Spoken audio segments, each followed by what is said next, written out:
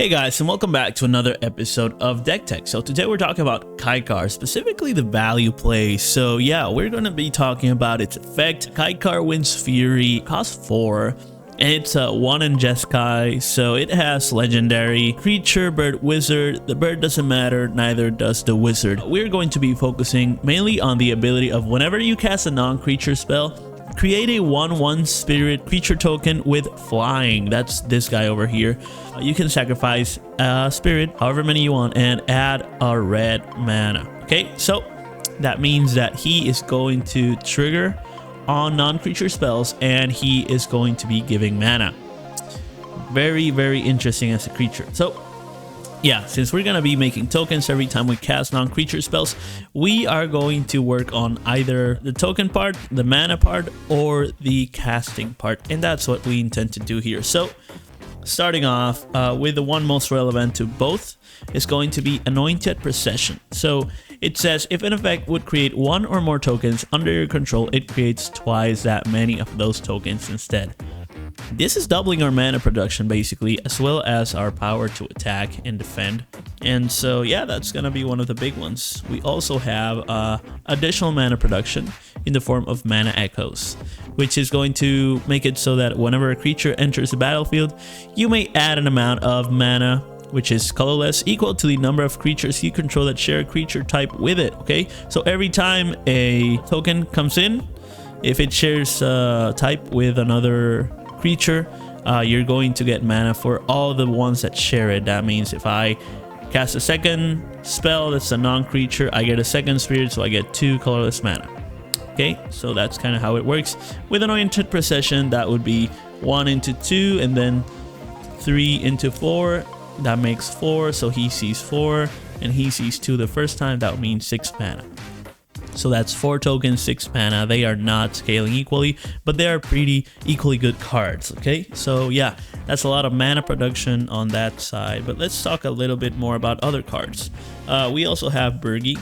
We got a Storytelling, which is going to make something alike Kykar, which is going to be mana whenever you cast a spell. And finally, we get to creating mana whenever players draw a card. So we are going to create treasure tokens thanks to Smothering Tithe. Also, every single turn, we can actually go ahead and search for 3 basic land cards and reveal them, put them into our hand, then shuffle our library. So this is a great turn 1 play. It keeps our mana production alive for whenever we need it. And yeah, that's gonna be really, really strong, honestly. We also have Teferi's Insight, and it says if you would draw a card except the first one you draw in each one of your draw steps, draw 2 cards instead. And we are going to be drawing plenty, so this is actually going to create a really healthy environment for drawing and drawing and drawing and drawing. And doubling our draws means maybe doubling our capacity to play more non-creatures, and maybe those non-creatures are draw spells. Therefore, they are going to be feeding off of each other. That's a very good thing to do. Maybe we have wheels, so now that means we have more mana because we made them draw more. And hey, we made more mana here, and we made more tokens here to make more mana here. Yeah, like it's all feeding off of each other. Okay, so we also have Whirlwind of Thought, which allows you to draw whenever you cast a non-creature spell. And along the same vein, for 1 less mana, is going to be Jeskai Ascendancy, which says whenever you cast a non-creature spell, creatures you control get +1/+1 until the end of turn, and then untap those creatures. Whenever you cast a non-creature spell, you may draw 1 card. If you do, discard 1 card. Okay, so that's gonna be pretty useful stuff. It just depends on how you use it, right? So you can pitch the right card or pitch the wrong card so you can get the right card. So you can just draw it before, and then you choose which one of the 2 you like the least, get rid of that one.